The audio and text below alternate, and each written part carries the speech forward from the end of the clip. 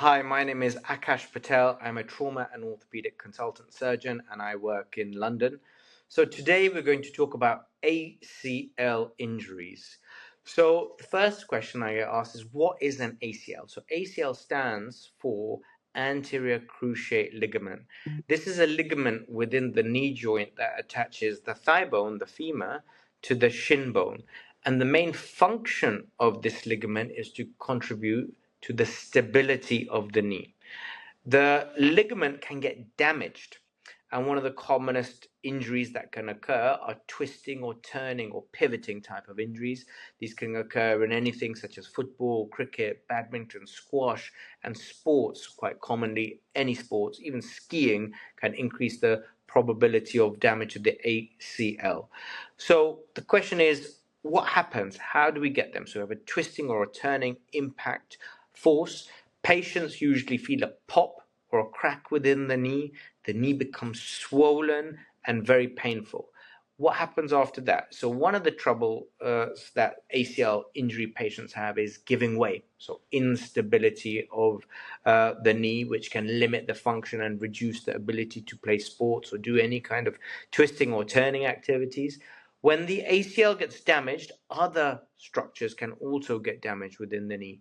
The commonest associated injuries with ACL injuries are meniscal tears.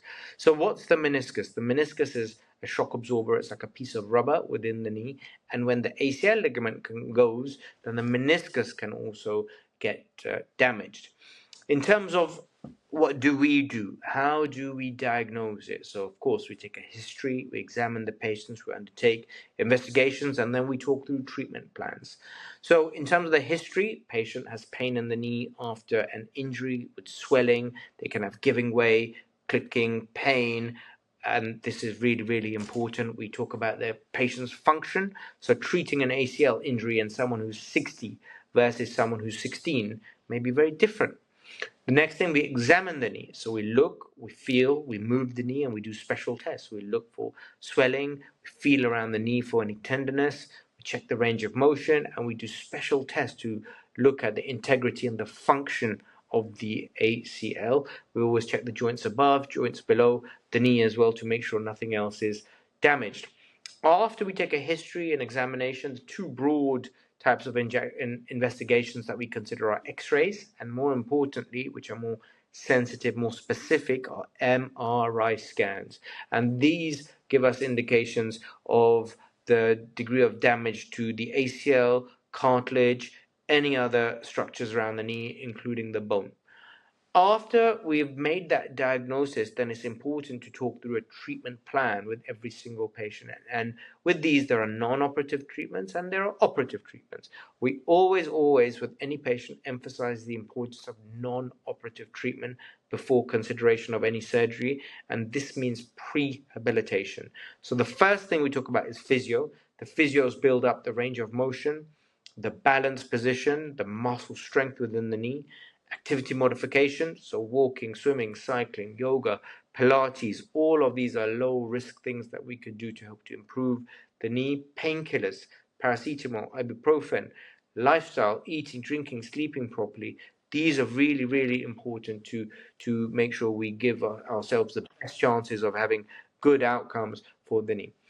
The next step to consider is surgery. So surgery involves ACL reconstruction. So what do we do? So we have to think about the patient and the graft choices. So the commonest question that I get asked in ACL surgery is, which graft is the best graft?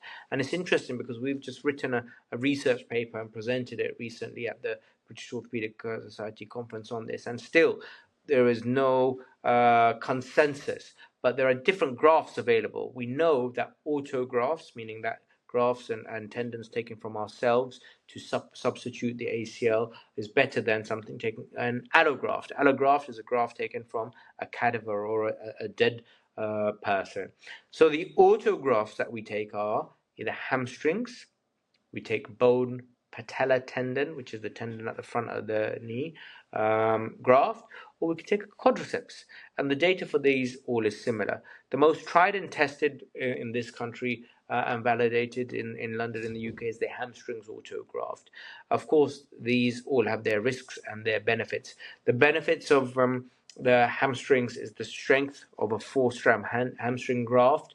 Of course, the donor site morbidity, which is the pain that they get afterwards, is less than, for example, someone who has had a patella bone graft taken, because sometimes when that's taken, which is the tendon at the front of the knee, that can give you pain.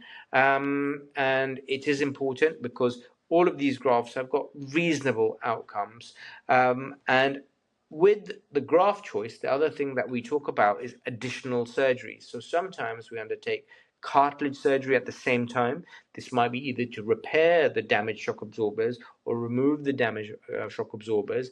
And recently, in high functioning individuals or patients who are at higher risk of re-rupture of an ACL, we do something called a lateral extra-articular tenodesis. All that means is we make a cut on the side of the knee. We take a strip of the tissue and we tunnel it around the side to reduce the risk of re-rupture, because that improves the rotational stability of the knee. In terms of what happens with the ACL, or once we decide to go forward with an ACL reconstruction, so the patients have anesthetic assessments to make sure that they are fit enough for surgery.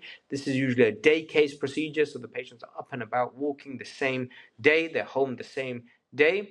We have a few scars and swelling around the knee, so the scars take about 2 weeks to heal. The key thing is the physio and the rehab. So the first 6 to 12 weeks, the knee is painful and swollen. It can take up to a year for patients to get back to their sports, but again, this is variable. And the key thing to work on is the movement, the flexibility, and the strength of the knee to get back to full function.